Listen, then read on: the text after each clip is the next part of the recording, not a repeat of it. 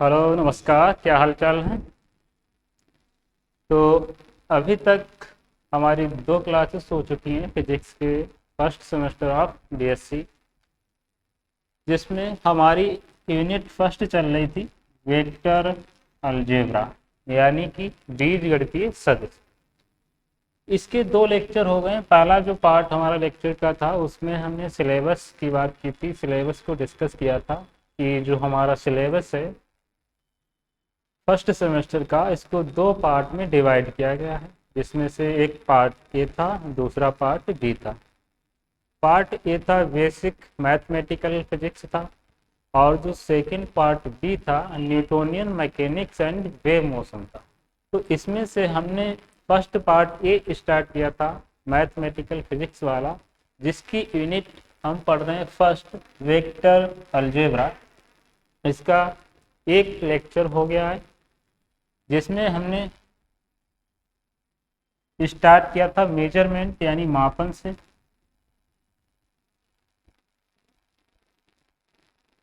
जिसमें जिसमें हमने कुछ राशियों के बारे में पढ़ा था, भौतिक राशियां, जिसमें हमने देखा था कि जो भौतिक राशियां होती हैं वो दो प्रकार की होती हैं। कुछ मूल राशियां होती हैं और कुछ व्युत्पन्न राशियां होती हैं।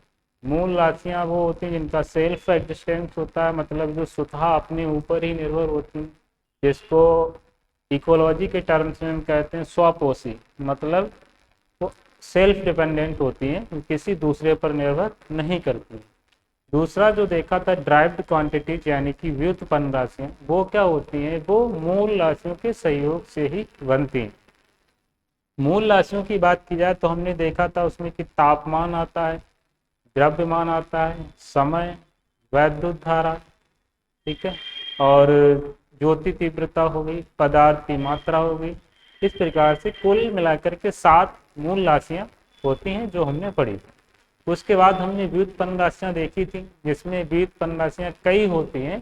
कुछ के एग्जाम्पल हमने देखे थे, जैसे कि वेग हो गया, बल हो गया, कार्य हो गया। इस प्रकार से जो मूल राशियों के सहयोग से बनती हैं वो होती हैं व्युत्पन्न राशियां। उसके बाद फिर हमने पढ़ा था सदिशों के बारे में, वेक्टर्स के बारे में, जिसमें हमने कुछ राशियां देखी थी, कुछ सदिश राशियां और कुछ अदिश राशियां देखी थी।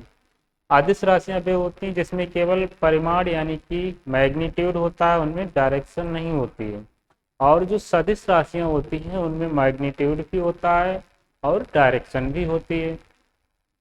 जहां पर हमने बताया था कि अगर कोई वेक्टर है तो यहाँ पर ये जो वेक्टर है इसकी लंबाई क्या बताएगी, इसकी लंबाई बताएगी वेक्टर के परिमाण को, यानी कि मैग्नीट्यूड को। इसकी लंबाई बताएगी मैग्नीट्यूड को।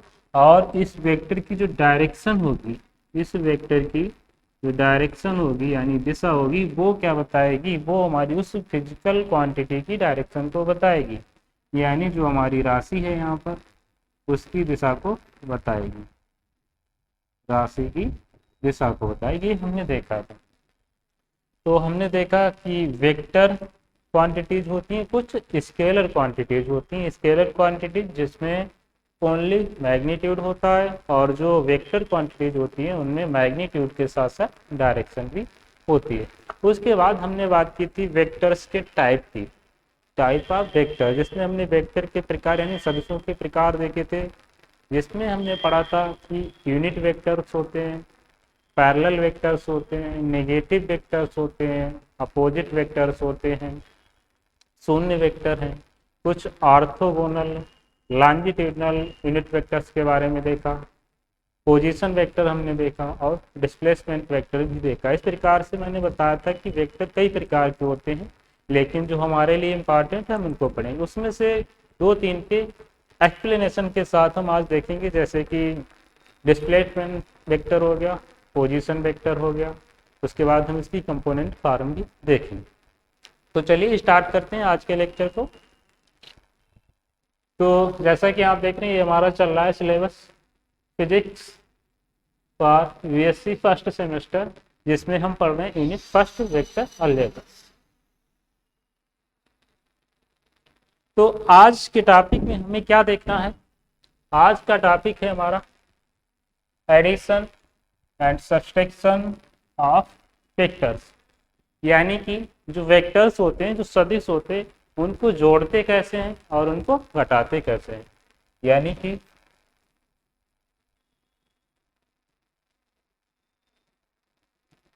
सदिशों का जोड़ तथा घटाव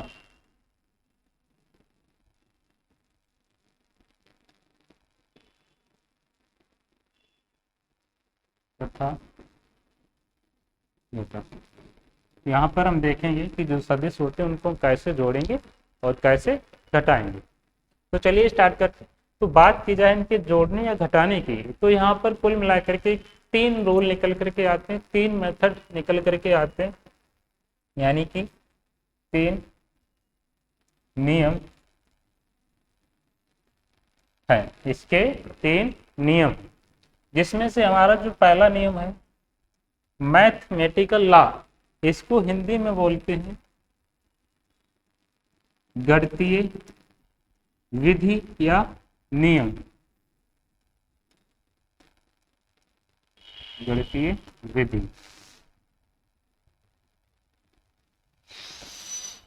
दूसरा जो हमारा पॉइंट है, दूसरा जो टाइप है इसका, वो है ट्रायंगल लॉ, यानी कि बोलते हैं त्रिभुज विधि।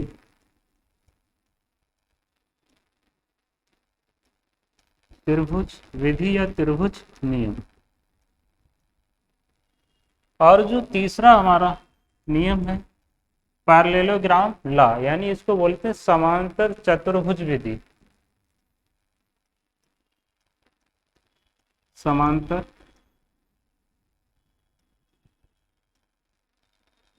चतुर्भुज विधि। ये किसी भी सदिश को जोड़ने घटाने के 3 मूल नियम हैं, जिसमें से पहला है गणितीय विधि, दूसरा है त्रिभुज विधि, समांतर चतुर्भुज विधि यानी कि मैथमेटिकल लॉ, दूसरा ट्रायंगल लॉ और तीसरा पैरेललोग्राम लॉ। ये 3 नियम है सदिशों को जोड़ने या घटाने। अब हम एक एक करके इनको देख लेते हैं। सबसे पहले हम देखेंगे mathematical law. Number 1 mathematical law, यानी कि गणितीय नियम, यानी कि गणितीय नियम। इसको देखते हैं तो इसमें क्या होता है। जैसे कि मान लीजिए ये वेक्टर हमारा ये है जो यहाँ पर बना रखा है, ये वेक्टर है। वेक्टर को क्या करते हैं हम एरो से प्रदर्शित करते हैं।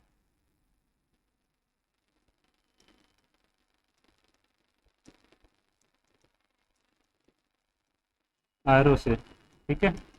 जो वेक्टर होता है इसको एरो से प्रदर्शित करते हैं। तो हमने मान लिया कि ये वेक्टर ए है, ये वेक्टर ए है और एक ये वेक्टर बी है। एक वेक्टर ए है और ये वेक्टर एक बी है।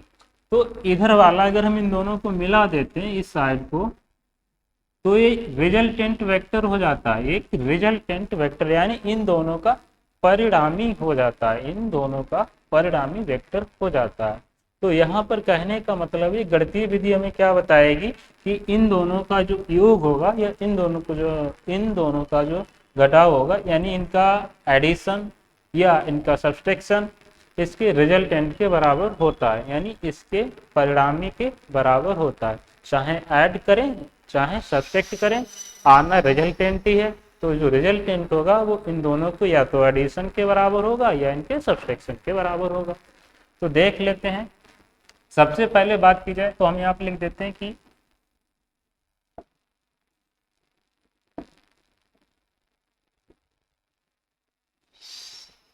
माना दो वेक्टर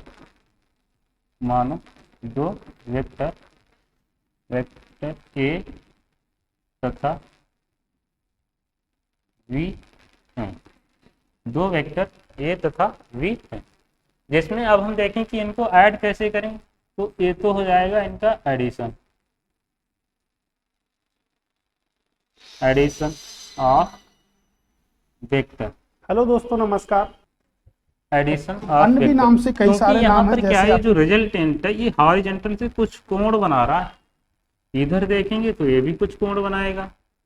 ठीक है, तो अगर हम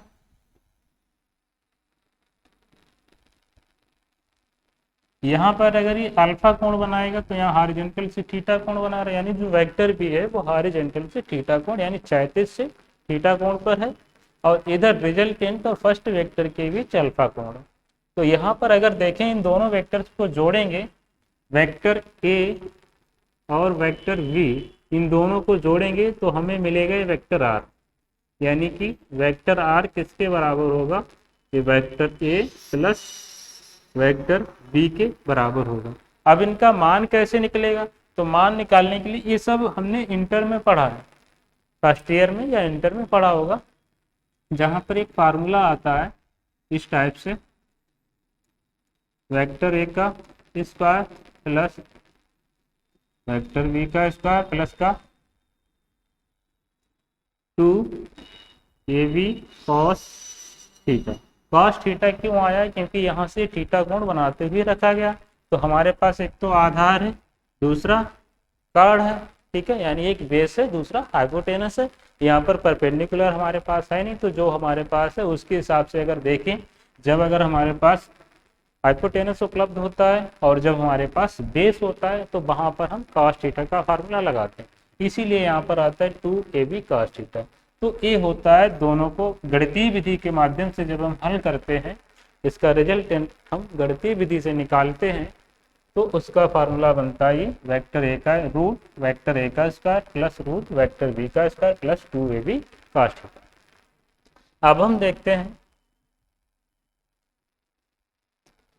देखते हैं कि अगर दोनों वेक्टर को घटाया जाए, अगर दोनों वेक्टर को घटाया जाए तब रिजल्टेंट कितना हो जाएगा, तब भी हमने बोला रिजल्टेंट तो वही आएगा, क्योंकि रिजल्टेंट क्या होता है, दोनों का परिणामी होता है।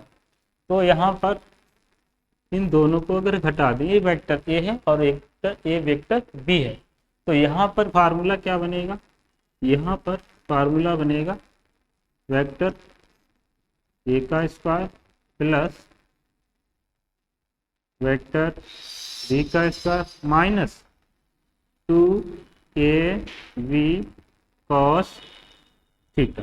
माइनस क्यों आया, क्योंकि यहाँ पर आप देख रहे होंगे, अगर ये कास थीटा ना होता, अगर ये कास थीटा ना होता तो ये हमें फार्मूला दिख रहा है ए प्लस बी का होल स्क्वायर का, और यहाँ पर अगर कास थीटा ना होता तो ये फार्मूला हमें दिख रहा है ए माइनस बी का होल स्क्वायर।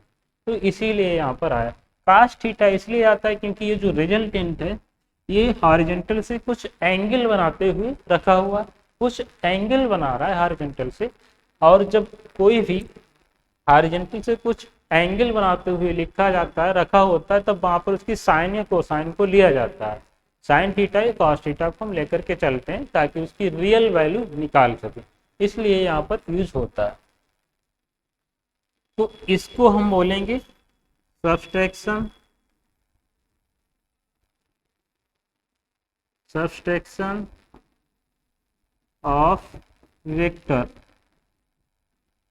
इसको हम बोलेंगे सब्सट्रैक्शन ऑफ वेक्टर।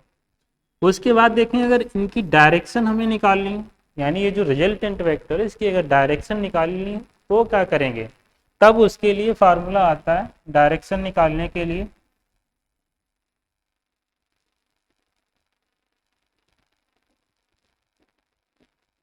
डायरेक्शन निकालने के लिए क्या फार्मूला होता है, डायरेक्शन क्या है भाई, इसकी डायरेक्शन ये है, अल्फा कोण बनाते हैं तो हम यहाँ पर लिखते हैं tan alpha equal to V cos theta, V cos theta वटे में A plus B sine theta. इस प्रकार से हम इसको करते हैं, सॉरी उल्टा, एक मिनट,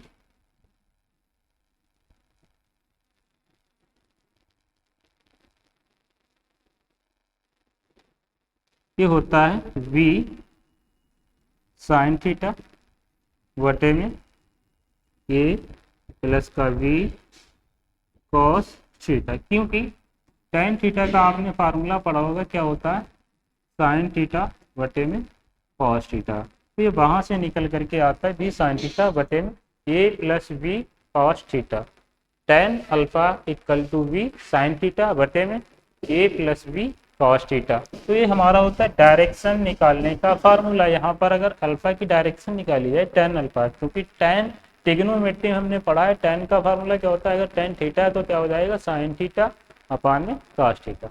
तो इसीलिए यहाँ पर आता है tan alpha v sine theta upon में a plus v cos theta. तो ये हो गया हमारा पहला मेथड, पहला लॉ गणितीय विधि। दूसरा देखते हैं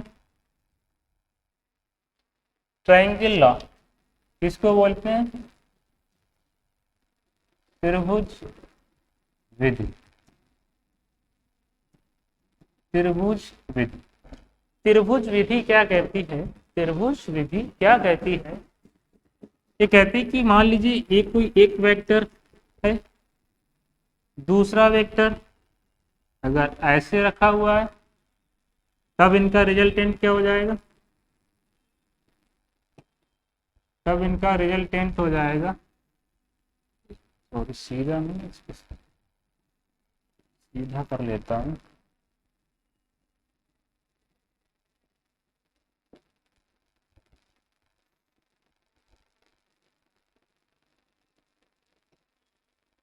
तो इसका रिजल्टेंट ऐसे हो जाएगा ये। तो ट्रायंगल विधि ये कहती है कि अगर आपको दो वेक्टर दिए हुए हैं किसी त्रिभुज के, वो दो वेक्टर क्या करेंगे, दो भुजाओं के समान बिहेव करेंगे। अगर अगर किसी त्रिभुज के दो भुजाएं यानी कि दो साइड दी हुई, तो वहां पर अगर हमसे तीसरी साइड पूछी जा रही हो, तब हम इस नियम को लगा सकते हैं। यानी कि जब हमारे पास किसी त्रिभुज की दो भुजाएं उपस्थित होती हैं, तब वहां पर हम इस त्रिभुज विधि, त्रिभुज नियम को लगा करके तीसरी साइड ज्ञात कर सकते हैं। यानी कि यदि हमारे पास किसी त्रिभुज की दो साइड दी हुई हो, तो इस नियम से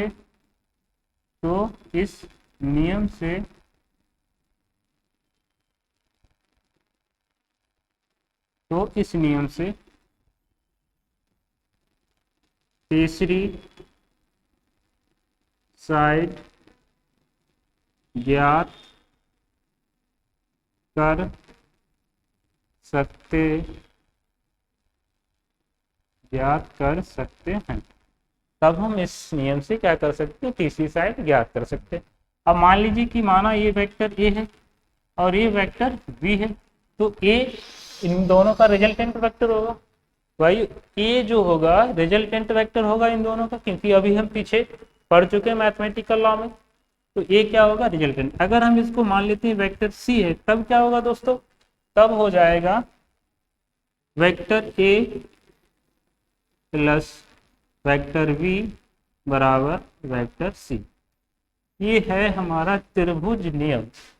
त्रिभुज नियम कहता है कि अगर दो साइड दी हुई हो, तो वहां हम इस नियम से तीसरी साइड को ज्ञात कर सकते हैं, और उसके लिए फार्मूला हमारा बनता है vector A plus vector B बराबर वेक्टर सी। तो ये है हमारा त्रिभुज नियम, त्रिभुज विधि, जिसकी सहायता से हम किसी तीसरी भुजा को निकाल सकते हैं यदि हमारे पास दो भुजाएं पहले से। आगे देखते हैं तीसरा है पैरेललोग्राम लॉ। इसको बोलते हैं समांतर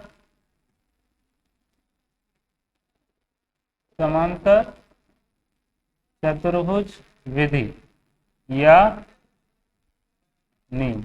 समांतर चतुर्भुज विधि या नियम, इसमें क्या होता है अगर मान लीजिए एक वेक्टर हमारे पास ये है v और एक वेक्टर मान लीजिए हमारे पास ये है a, ये है a,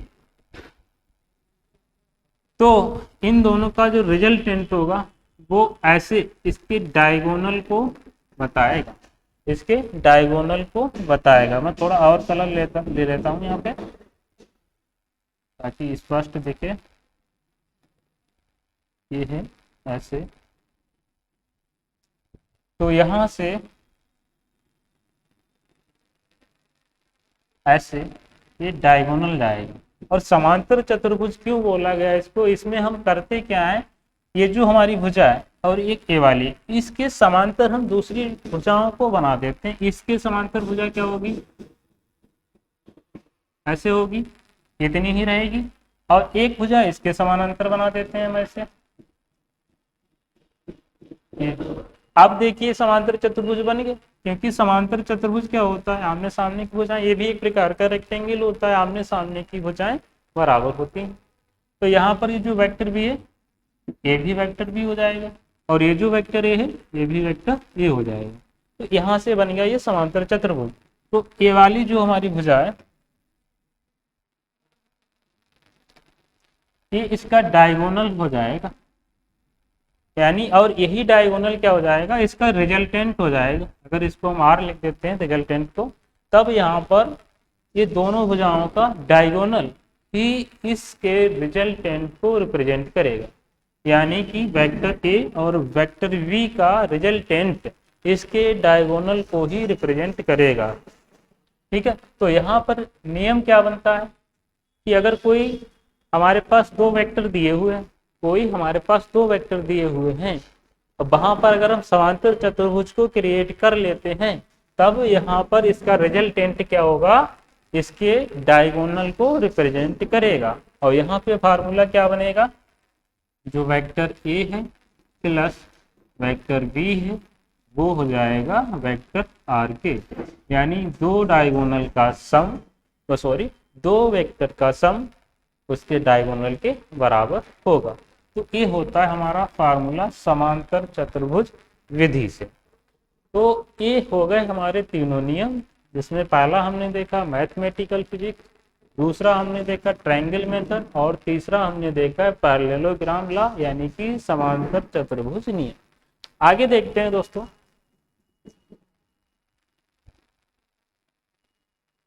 आगे प्रोडक्ट।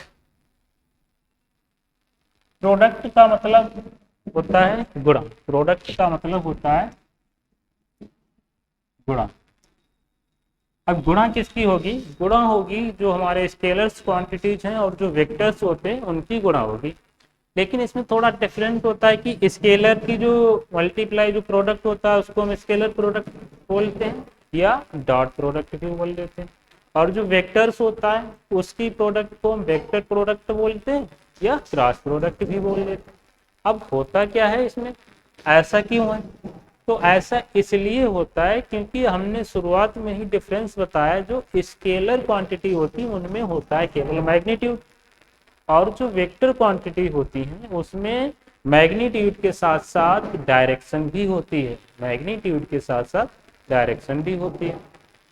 इसीलिए दोनों की प्रोडक्ट में मिलता है हमें डिफरेंस, इसीलिए दोनों की मल्टीप्लाई, दोनों के प्रोडक्ट में हमें मिलता है डिफरेंस। डिफरेंस क्या है उसको देखते हैं। सबसे पहले बात करेंगे स्केलर या डॉट प्रोडक्ट की, क्योंकि ये होते हैं दो प्रकार की प्रोडक्ट, एक तो स्केलर्स के होते हैं, दूसरा वेक्टर के होते हैं। ठीक, इसमें सबसे पहले हमें पढ़ना है स्केलर या डॉट प्रोडक्ट। अदिश गुणा बोलते हैं इसको, क्या बोलते हैं इसको, नंबर एक है अदिश गुणा, नंबर एक है अदिश गुणा। अब इसमें क्या होता है, इसमें होता है कि अगर हमारे पास कोई दो वेक्टर उपलब्ध, अगर हमारे पास कोई दो वेक्टर उपलब्ध हैं, तब अगर उनकी हम प्रोडक्ट करते हैं, तब अगर हम उनकी प्रोडक्ट करते हैं और उनकी प्रोडक्ट करने के बाद जो रिजल्टेंट प्राप्त होता है वो अगर हमें एक स्केलर क्वांटिटी मिल जाती है, वो अगर हमें एक स्केलर क्वांटिटी मिल जाती है तो उसको हम बोलते हैं स्केलर प्रोडक्ट या डॉट प्रोडक्ट। क्या बोलते हैं? स्केलर प्रोडक्ट या डॉट प्रोडक्ट। यानी कि हम कह सकते हैं कि जब दो वेक्टर की प्रोडक्ट, जब दो वेक्टर की प्रोडक्ट, जब दो वेक्टर की प्रोडक्ट करने से एक परिणामी अदिश राशि प्राप्त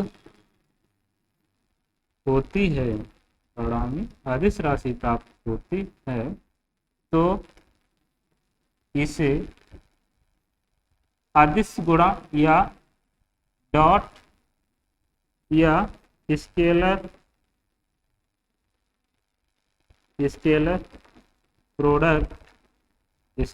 प्रोडक्ट कहते हैं।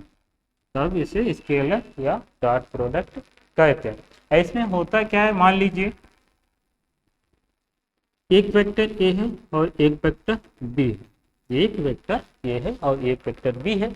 अगर इनकी मल्टीप्लाई करने से, इनकी प्रोडक्ट करने से हमें तीसरा रिजल्टेंट मान लीजिए सी मिल रहा है, लेकिन ये जो सी मिल रहा है ये वेक्टर नहीं है, एक स्केलर है, मतलब एक अदिश राशि है। तब यहाँ पर इनकी जो प्रोडक्ट होगी उसको हम बोलेंगे डॉट प्रोडक्ट, और डॉट को हम ऐसे एक बिंदु से रिप्रेजेंट करते हैं। तो इसीलिए हम इसको बोलते हैं डॉट प्रोडक्ट, क्योंकि ये जो हमें सी मिल रहा है ये कैसा है, एक अदिश राशि है, ये एक अदिश राशि है। जब दो वेक्टर्स की मल्टीप्लाई प्रोडक्ट करने से मिलने वाला रिजल्टेंट अदिश राशि होता है, स्केलर क्वांटिटी होता है, तो वहां पर हम कहते हैं यहाँ पर प्रोडक्ट जो है वो स्केलर प्रोडक्ट है, यानी कि अदिश गुणा। यहाँ पर क्या होगा, जैसे एग्जाम्पल की बात कर लें हम, एग्जाम्पल की बात करें हम, पहला एग्जाम्पल होता है कार्य बराबर होता है बल इंटू विस्थापन, बल इंटू विस्थापन। ये जो बल है मैंने बताया कैसी राशि होती है, एक सदिश राशि होती है। सदिश राशि यानी ये क्या हो गया, एक वेक्टर हो गया, ये क्या हो गया, एक वेक्टर हो गया। और विस्थापन भी कैसा, एक वेक्टर है, यानी कि ये एक सदिश राशि है। लेकिन मैंने कल बताया जो कार्य होता है वो तो अदिश राशि होता है, जो कार्य होता है वो तो अदिश राशि होता है। तो अदिश राशि क्यों होता है कि भाई जब बल गुणा विस्थापन की प्रोडक्ट हुई होगी तब यहाँ पर मिलने वाला रिजल्टेंट कार्य एक अदिश राशि प्राप्त हुआ, मतलब कि यहाँ पर कैसी प्रोडक्ट हुई है, स्केलर प्रोडक्ट हुई है। तो इसको हम कैसे लिख सकते हैं, कार्य बराबर बल गुणा विस्थापन F इंटू एस, जहां पर S क्या हो जाएगा, विस्थापन हो जाएगा, और F क्या हो जाएगा, बल हो जाएगा। तो इनकी प्रोडक्ट कैसी होगी, ये हो गई अदिश प्रोडक्ट। दूसरा एग्जांपल की बात करें, ये होता है P equal to vector F dot vector B, जहां पर F क्या है, ये बल है, इंटू V क्या है, यहाँ पर वेग है, यानी कि वेलोसिटी है। अब हुआ क्या, यहाँ पर बल भी एक सदिश राशि है, बल भी एक सदिश राशि है और वेग भी एक सदिश राशि है। लेकिन इन दोनों की जब प्रोडक्ट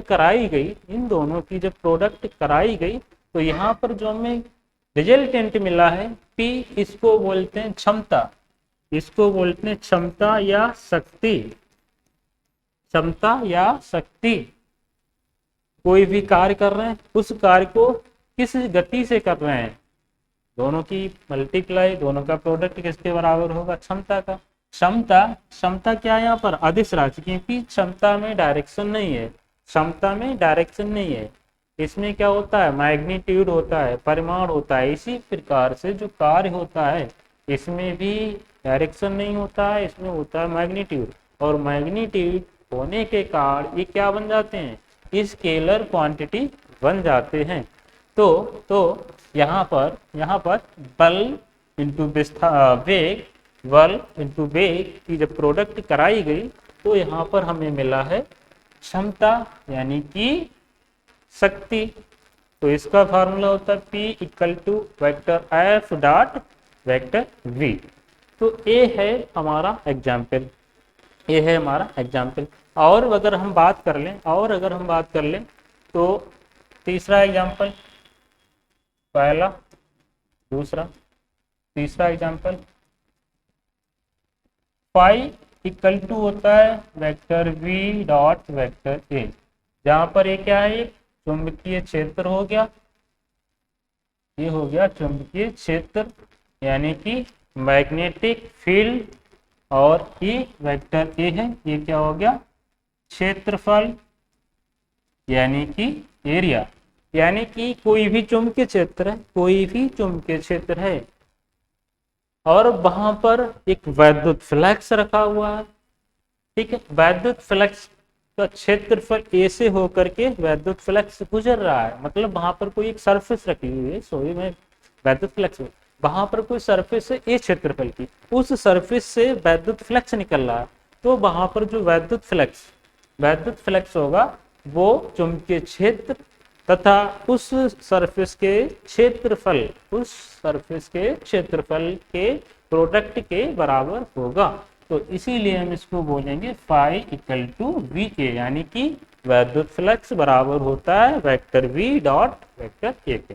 तो ये हो गई अदिश राशियां जिनकी हमने देखी है अदिश गुणा यानी कि डॉट प्रोडक्ट। तो डॉट प्रोडक्ट हम इसीलिए बोलते हैं इनको डॉट प्रोडक्ट,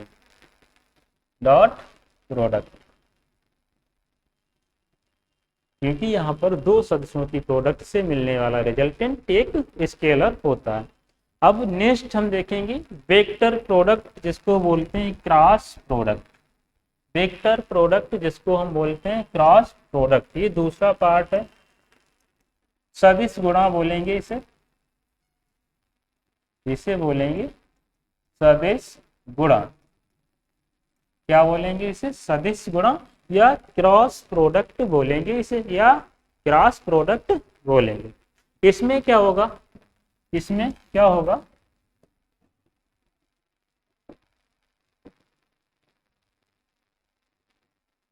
इसमें दो सदस्यों की प्रोडक्ट से, दो सदस्यों की प्रोडक्ट करने पर, दो सदस्यों की प्रोडक्ट करने पर मिलने वाली राशि यानी कि क्वांटिटी, जो भी फिजिकल क्वांटिटी हो, मिलने वाली राशि यदि एक सदिश राशि है, एक सदिश राशि है, तो यह गुणा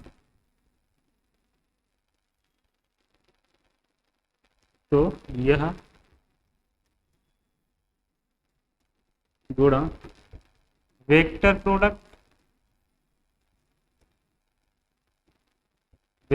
प्रोडक्ट या क्रॉस प्रोडक्ट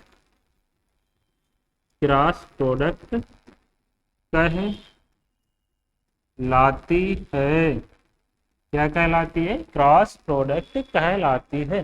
तो यहाँ पर क्या होता है, अगर हमारे पास कोई दो वेक्टर पहले से मौजूद हैं और हमने करवा दी उनकी मल्टीप्लाई, उनकी करवा दी हमने प्रोडक्ट, तो यहाँ पर उनकी प्रोडक्ट से जो हमें रिजल्टेंट प्राप्त होगा वो अगर एक स्केलर नहीं बल्कि यहाँ पर अगर वेक्टर क्वांटिटी आ जाती है तो उसको हम बोलते हैं वेक्टर या क्रॉस प्रोडक्ट। फॉर एग्जाम्पल यहाँ पर मान लीजिए एक वेक्टर ए था और एक वेक्टर बी था, इनकी करवाई हमने प्रोडक्ट और इनकी प्रोडक्ट से जो हमें रिजल्टेंट प्राप्त हुआ वो प्राप्त हुआ सी। लेकिन लेकिन यहाँ पर ये स्केलर नहीं है, बल्कि यहाँ पर ये अब की बार वेक्टर क्वांटिटी मिली है। तो ऐसा अगर हो जाता है तब वहाँ पर जो प्रोडक्ट होती है इसको बोलते हैं क्रॉस प्रोडक्ट। ठीक है, दोनों में इतना ही डिफरेंस होता है जो मैं पहले ही बता चुका हूँ कि जो स्केलर क्वांटिटी होती है उनमें डायरेक्शन नहीं होती, वेक्टर क्वांटिटी में डायरेक्शन होती है। इसीलिए यहाँ पे क्रॉस आता है, वहाँ पे डाटा आता है, क्योंकि कुछ ना कुछ तो डिफरेंस आना चाहिए जब दोनों में डिफरेंस हो। अब एग्जाम्पल देखें, पहला एग्जाम्पल टारक्यू, पहला एग्जाम्पल टारक्यू, इसको ऐसे हम कह सकते हैं, टारक्यू को ऐसे रिप्रेजेंट करते हैं, टारक्यू वल आघूड़ बोलते हैं इसको, इसको बोलते हैं वल आघूड़। क्या बोलते हैं इसको? वल आघूड़। अभी किसके बराबर होता है? Vector R cross vector F, जहां पर एफ क्या है? बल है, और आर क्या? ये एक रोटेशनल वेक्टर है, एक घूर्णन सदिश है। ठीक है, यहाँ पर आर जो है वो एक घूर्णन सदिश है, यानी हम कह सकते हैं जो बल आघूर्ण होता है वो किसके बराबर होता है? स्थिति सदिश। इसको पोजीशन वेक्टर भी बोलते हैं क्योंकि पीछे इसको पढ़ा है हमने। ठीक है, जहां पर आर लिख देता हूं, क्या एक पोजीशन वेक्टर है, यानी कि स्थिति सदिश है ये। क्या ये स्थिति सदिश, और एफ क्या है? ये बल है।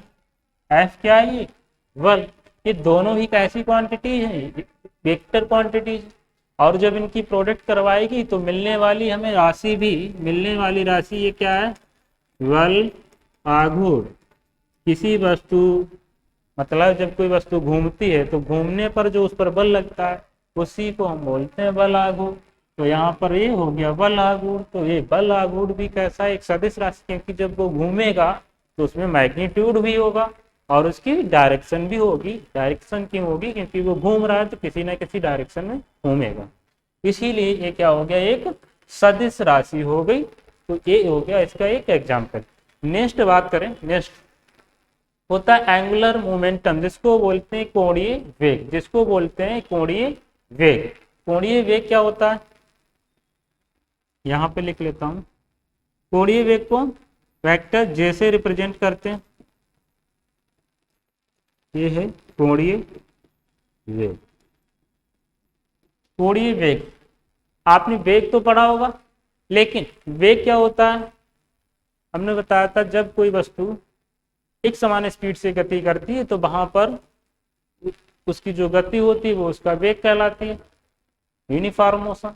लेकिन जब कोई वस्तु घूमती हुई गति करती है, ठीक है, एंगुलर, यानी कि मान लीजिए कि सर्कुलर पाथ पर, किसी वृत्तीय पथ पर गति करती है, तब उसकी जो गति होती है वो कहलाती है कोणीय वेग, यानी जो उसकी स्पीड होती है वो कहलाएगी कोणीय वेग। यहाँ पर इसका फार्मूला होता है vector R cross vector T, जहां पर आर तो हमने देखा ये क्या है? एक स्थिति सदिश है, और पी क्या है? यहाँ पर एक रेखीय संवेग है, यानी कि लीनियर मोमेंटम है।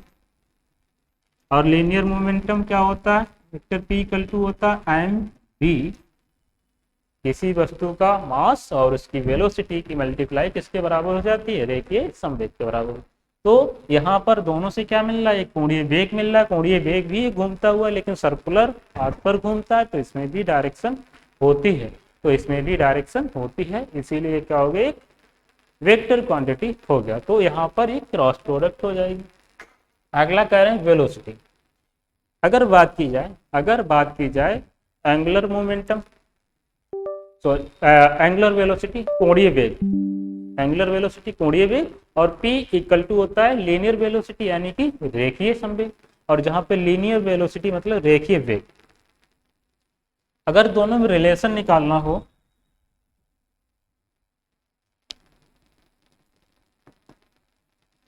लीनियर वेलोसिटी और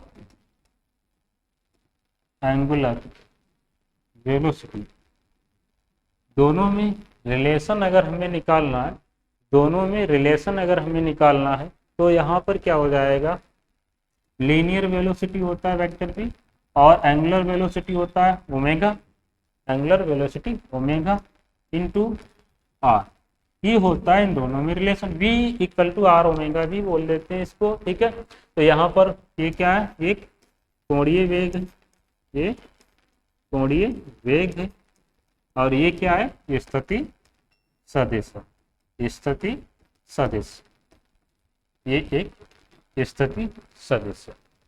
तो ये होता है इनमें रिलेशन। तो इस प्रकार से यहाँ पर भी दो वेक्टर क्वांटिटी से फाइनल जो मिलता है वो भी एक हमें वेक्टर क्वांटिटी मिलती है, इसीलिए इसकी जो प्रोडक्ट है वो क्रॉस प्रोडक्ट कहलाती है। तो ये हमने देखे दोनों के टाइप कि क्या होती है स्केलर क्वांटिटी की प्रोडक्ट और क्या होती है वेक्टर क्वांटिटी की प्रोडक्ट। अब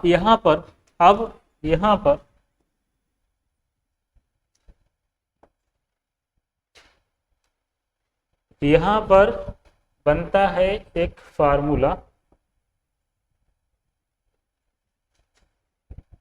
यहाँ पर स्केलर क्वांटिटी में देखें अदिश गुणा में, अदिश गुणा में हम देखते हैं कि अगर कोई दो वेक्टर हैं, vector A and vector B, इनकी अगर कराई जाती है डॉट प्रोडक्ट, तो एक हमें फार्मूला मिलता है वेक्टर ए डॉट बी, ये मिलता है ए वी कॉस थीटा। क्यों मिलता है, मान लीजिए वेक्टर हो गया ए, एक वेक्टर हो गया बी, इसका रिजल्टेंट हो जाएगा, और ये इधर से एक थीटा कोण बनाते हुए रखा हुआ है, इसको कह देते हैं वेक्टर वी, और ये हो जाएगा इसका रिजल्टेंट। तो यहाँ से रिजल्टेंट, यहाँ से अगर हम निकालना चाहें जो फाइनल होगा हमारा ये भी कॉस थीटा, ये फाइनल रिजल्टेंट होगा हमारा ये भी कॉस थीटा, ये इसका फार्मूला होता है। ये डॉट वी की अगर डॉट प्रोडक्ट कराई है हमने, तो हमें जो फार्मूला मिलेगा वो मिलेगा A B cos theta, A B cos theta. Cos theta क्यों आया है, क्योंकि जो सेकंड वेक्टर है हमारा वी, ये हॉरिजॉन्टल से थीटा कोण बनाते हुए रखा गया। कॉस थीटा क्यों आया, क्योंकि हमने इसकी क्या निकाली है, कोसाइन निकाली है, तो इसीलिए आता है यहाँ पर vector A dot vector V equal to cos theta, ठीक है। अब देखें जो हमारा सदिश था उसका क्या फार्मूला बनेगा वेक्टर प्रोडक्ट में, यानी कि सदिश गुणा में क्या होगा, इसमें भी वही होगा। अगर वेक्टर ए और वेक्टर वी की क्रॉस प्रोडक्ट अगर हम कराते हैं, तो यहाँ पर जो हमें फार्मूला मिलता है वो होता है A B sine theta N cap, vector A cross vector V equal to A B sine theta N cap. Sine theta क्यों आया है, क्योंकि यहाँ पर हमने साइन कोसाइन निकालते हैं ना, तो यहाँ पे साइन ज्या निकाली इसकी, जहां पर एन कैप क्या एक यूनिट वेक्टर है,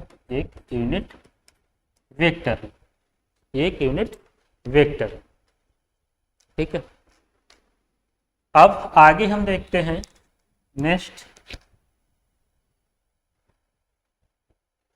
हाँ हमारे क्वेश्चन आ जाते हैं कुछ जो हमने पढ़ा है अभी तक।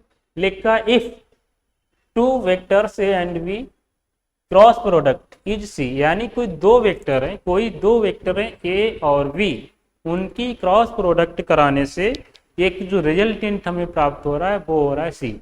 लेकिन इतना ध्यान रखना है यहाँ पर प्रोडक्ट कौन सी हो रही है, क्रॉस प्रोडक्ट हो रही है, यानी कि ऐसा रहा होगा ए क्रॉस बी बराबर वेक्टर सी, ठीक है, क्रॉस प्रोडक्ट कराने से।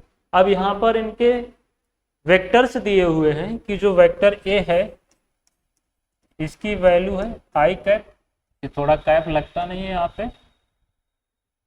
टाइपिंग में होता नहीं है, ऐसे कैप लगते हैं यहाँ पे ऐसे। तो वेक्टर ए है आई कैप प्लस का 3 के कैप, और वेक्टर बी है आई कैप प्लस का पी जे कैप माइनस का 2 के कैप, और जो वेक्टर सी है वो है माइनस का 7 आई कैप प्लस का 3 जे कैप और प्लस का 2 के कैप। ये है हमारे पास दो वेक्टर जो पहले से हमें दिए हुए थे, इनकी हमने कराई क्रॉस प्रोडक्ट और जो फाइनल हमें प्राप्त हुआ वेक्टर सी। तो यहाँ पर एक कह रहे हैं कि find the value of P, यानी यहाँ पर ये जो पी आया है वेक्टर बी में जो पी आया है इसकी वैल्यू बतानी है कितनी होगी। तो चलिए हम देखते हैं। तो मैंने ये तो बता दिया, ये फार्मूला यहाँ से बनेगा vector A cross vector B कराई तो हमें रिजल्टेंट क्या प्राप्त हुआ वेक्टर सी। तो इसी फार्मूले पर हम इनको लगाएंगे।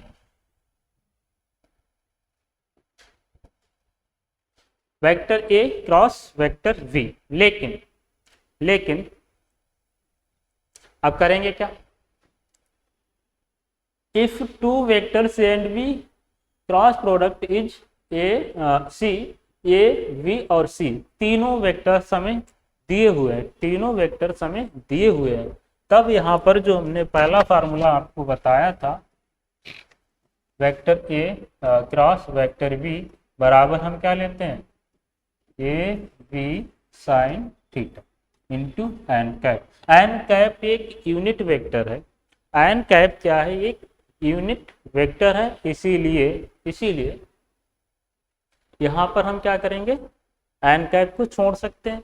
और चूंकि यहाँ पे तीनों वेक्टर है और तीनों एक्सिस भी है, यानी इस प्रकार से एक्स एक्सिस भी है, वाई एक्सिस भी है, जेड एक्सिस भी है, तो ये तीनों एक दूसरे के कैसे हो जाएंगे परपेंडिकुलर, यानी कि लंबवत।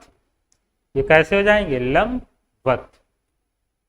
तब हम क्या करेंगे, ये भी 90 डिग्री हो जाएगा, ये भी 90 डिग्री, यानी तब यहाँ पे थीटा कितना बन जाएगा, थीटा बन जाएगा 90 डिग्री, थीटा बन जाएगा 90 डिग्री। और साइन थीटा में हम थीटा की वैल्यू 90 डिग्री रखेंगे तो हमें पता है साइन थीटा का मान कितना होता है, सॉरी साइन 90 डिग्री का मान होता है 1, साइन 0 0 होता है, साइन 90 1 होता है। तो यहाँ पर जब हम साइन 90 की वैल्यू रखेंगे 1 हो जाएगा, तो यहाँ से हमें क्या प्राप्त होगा vector A cross vector B बराबर ए बी, यही मिलेगा यही मिलेगा। तो हम इसको करते हैं, यहाँ पे दोनों की क्रॉस प्रोडक्ट कराते हैं, फिर देखते हैं हमें क्या मिलता है।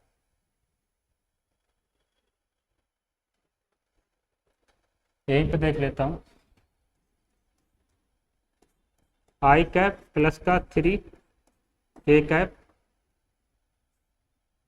और cross product I cap plus का पी जे कैप माइनस का 2 के कैप, ये है इसकी क्रॉस प्रोडक्ट। अब यहाँ से क्या आपको ध्यान ये रखना है कि अगर बात अदिश की जाए, अदिश राशियों की, तो वहाँ पे जो प्रोडक्ट कराते हैं वहाँ पर अगर आई डॉट आई की प्रोडक्ट होती है तो होता है 1, तो होता है 1, और अगर आई की अन्य किसी से कर दी जाए मान लीजिए जे से, तब हो जाएगा 0, क्योंकि वहाँ पे 90 डिग्री बनते ही कॉस थीटा में थीटा की जगह पे 90 डिग्री रखेंगे तो थीटा कॉस 90 डिग्री की वैल्यू हो जाएगी 0, जिससे वहाँ पे पूरी वैल्यू क्या हो जाएगी 0।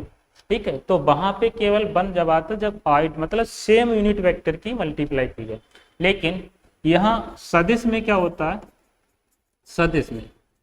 सदिश में होता यह है कि अगर आई डॉट आई की वैल्यू क्रॉस प्रोडक्ट करा दी जाए तो ये हो जाएगा 0। क्यों हो जाएगा 0, क्योंकि यहाँ पे जब आई डॉट आई वो एक दूसरे के अब लंबवत नहीं, बिल्कुल कैसे हैं पैरेलल हैं। ठीक है, तो वहाँ पे थीटा बनेगा 0 डिग्री, और साइन में जब 0 डिग्री रखेंगे तो साइन 0 का मान 0 हो जाएगा, और जब साइन 0 का मान 0 हो जाएगा तो इनकी वैल्यू क्या हो जाएगी 0।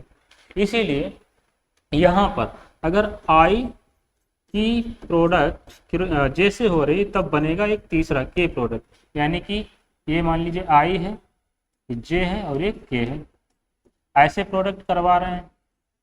आई जे की प्रोडक्ट होगी तो हमें फाइनली मिलेगा के, जे के की प्रोडक्ट होगी तो हमें फाइनली मिलेगा आई, अगर के आई की प्रोडक्ट होगी तो हमें मिलेगा फाइनली जे। अगर क्लॉकवाइज चलते हैं, एंटी क्लॉकवाइज चलेंगे तो फिर माइनस में मान आ जाएंगे, तो वही हमें यहाँ पर करना है। तो हम यहाँ पे क्या करते हैं, अब हम सेम उन्हीं की मल्टीप्लाई प्रोडक्ट करते हैं, क्योंकि हमें इतना पता है अगर हम सेम यूनिट वेक्टर की मल्टीप्लाई करते हैं तो 0 मिलेगा। तो यहाँ पर हम क्या करते हैं, आई की मल्टीप्लाई आई से कराएंगे तो 0 मिलेगा, तो इसको हम नहीं लिखेंगे।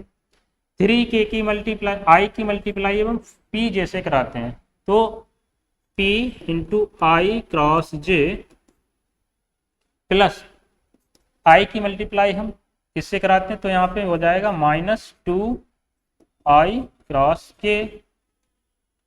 ठीक है, और यहाँ पर अब नेक्स्ट कराते हैं प्लस 3k की आई से कराएंगे तो 3k इंटू आई, फिर 3k की p जैसे कराएंगे तो 3p इंटू k इंटू जे कैप, और k की अगर k से कराएंगे तो क्या हो जाएगा 0, तो इसको छोड़ देंगे। तो हमारे पास फाइनली क्या मिला, i और j की मल्टीप्लाई कराएंगे तो क्या मिलेगा हमें, k मिलेगा। क्या मिलेगा, k मिलेगा। तो इसको हम लिखेंगे p k माइनस i और k की मल्टीप्लाई कराएंगे तो यहाँ पर हम चल रहे हैं एंटी क्लॉकवाइज। तो जब एंटी क्लॉकवाइज चलेंगे तो ये क्या प्राप्त होगा, j प्राप्त होगा, लेकिन ये माइनस का होगा। तो यहाँ पे माइनस माइनस क्या हो जाएंगे, प्लस, और 2j का। नेक्स्ट हमारे पास क्या है, प्लस 3ki। अब हम क्लॉकवाइज चल रहे तो हमें प्राप्त होगा j, लेकिन कितना होगा 3j। ठीक है, एक बार चेक कर लेते हैं, i की आई, ठीक है, i j i k, ठीक है, 3k हो गया, i हो गया, 3k j हो गया, और 3, हाँ ठीक है, 4 बनेंगे। आगे हो गया ए, आगे 3p k और j एंटी क्लॉकवाइज चल रहे हैं तो क्या होगा, माइनस का i आएगा, तो इसका हो जाएगा i वेक्टर माइनस का। ठीक है, i वेक्टर माइनस का। तो यहाँ से अब हम इसमें हमने देखा कि जो हमें vector a cross vector b मिला है वो कितना मिला है, p k कैप है, और यहाँ पे 3j और 2j कितने हो जाएंगे, 5j। तो p k प्लस का 5j कैप प्लस का 3i कैप। अब एक बार चेक कर लेते हैं, हाँ, माइनस का 3pi, माइनस का 3pi। ओके,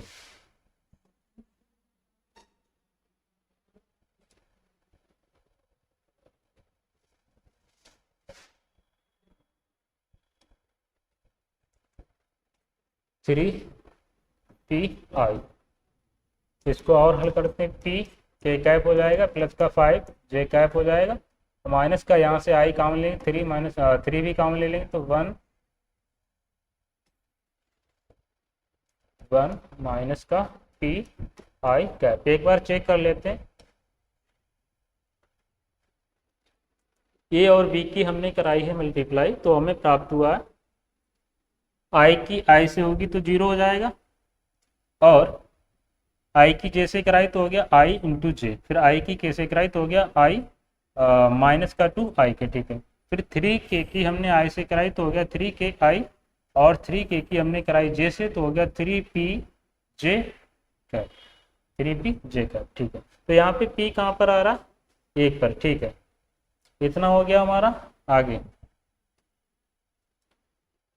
5k कैप और 5j कैप माइनस का 1, और ये हमने देखा था ये किसके बराबर है, वेक्टर c के बराबर 5। अब इसको जरा सही से लिख लेते हैं, तो ये हो जाएगा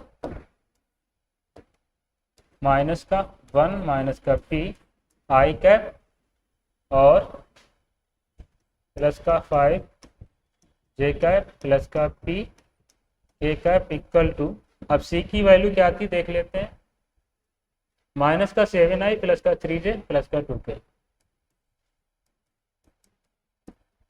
प्लस का 2k कैप, ये है। तो यहाँ से हम क्या कर लेते हैं, कंपैरिजन कर लेते हैं, i और i की कंपैरिजन करेंगे तो माइनस माइनस p हो जाए तो 1 माइनस p इक्वल टू कितना आ जाएगा 7। तो p का मान यहाँ से कितना हो जाएगा, 1 को इधर ले आते हैं या p को इधर ले जाओ तो 1 माइनस 7 हो जाएगा, तो बचेगा माइनस का 6। तो p की वैल्यू कितनी आ गई, माइनस का 6 आ गई। ऐसे ही 5 इंटू जे की, इसकी तो लगाने की जरूरत ही नहीं, p इंटू के, तो यहाँ से p की वैल्यू क्या आ जाएगी, के वेक्टर के लिए 2 आ जाएगी। इस प्रकार से हम इनकी वैल्यू निकालते हैं। अभी उम्मीद करता हूँ अभी आपके समझ नहीं आएगा, इसको जब हम दो एक बार और कराएंगे नेक्स्ट लेक्चर में तब ये अच्छे से आ जाएगा। आगे क्या देखते हैं, एक क्वेश्चन और है हमारे पास, वेक्टर ए और vector V are mutually perpendicular then find the value of C. तो इसकी भी यही करना है, लेकिन अब यहाँ पर हमें ये नहीं दिया है कि यहाँ पर क्रॉस प्रोडक्ट करवानी या नहीं करवानी। तो उसके लिए क्या करेंगे, उसके लिए हम फार्मूला लगाएंगे पहले वाले। अभी ये जो क्वेश्चन है इसको भी हम उसी तरीके से कर सकते थे, इसको भी उसी तरीके से कर सकते। कैसे, जो हमने आपको वो शुरुआती मेथड बताए थे, कोई दो वेक्टर हैं उनको जोड़ते हैं या घटाते हैं तब तीसरा रिजल्टेंट। अब इसको करके देखते हैं कैसे निकलेगा ये।